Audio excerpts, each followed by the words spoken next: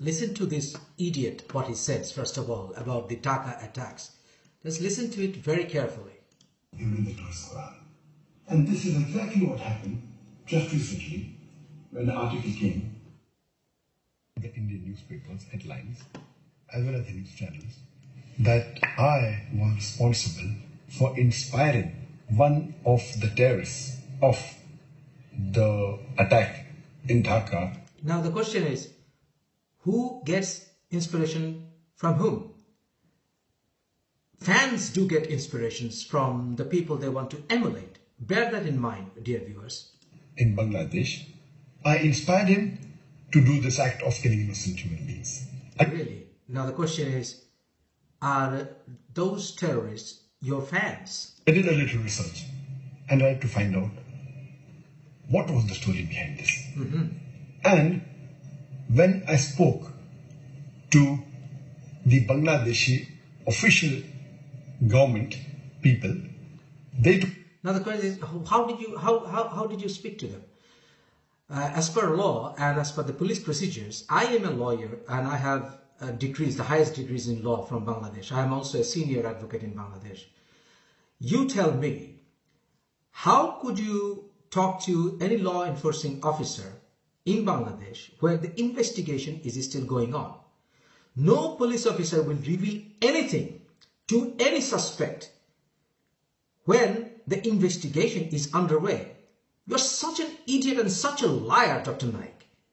Give us the name of the police officer. I'm going to find out who this police officer or detective officer is or government official is that you think can verify that you have had no connection with the terrorist attacks in Bangladesh. Just tell me, who is that officer that told you that? Just tell me the name, Dr. Naik. Stop lying. It goes against the legal procedure. It goes against the police practice. Liar. Told me that they did not believe that I inspired this Bangladeshi terrorist to do this act of killing innocent people. How can it be possible? The investigation is still on, liar Naik. That's the different issue. That yes, he was my fan. Why was he your fan? How can a terrorist be your fan unless the terrorist wants to emulate your teachings? And how can any terrorist be a fan of a good man? If you were a good man and he was your fan, he wouldn't have committed what he had committed, right? So, for example, you are not a big fan of Bush, are you? You hate George W. Bush. And because you and George W. Bush's ideologies you think are different. So, you are not Bush's fan, and Bush is probably not your fan either. And so, my question is, what are the criteria of someone of being a fan of another unless the ideologies are different? For example, I'm 100% sure no Jamaat-e-Islami or ISIS members are my fan.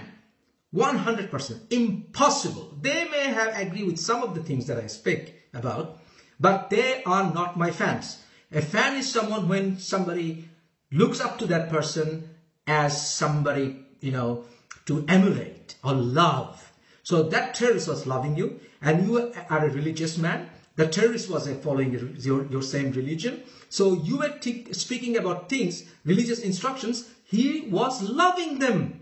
That's how he became a fan. So if you were vocal enough like me, as I spoke out against IS, and if you were vocal like me, there is no way he could have become your fan.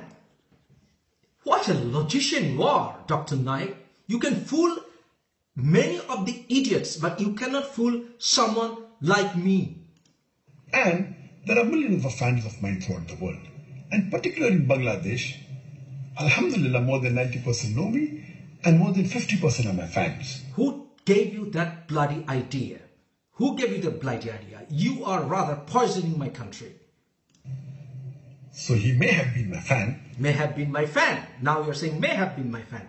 This is absurd. How can a terrorist be a fan of yours unless you sympathized or even glorified terrorism? But to say that I inspired him to kill innocent human beings is devilish. Well, then you, Dr. Naik, also didn't say anything enough to say that terrorism was not in Islam. Rather, you always blamed on conspiracy theory of the West. You bloody, lying, sleazy asshole.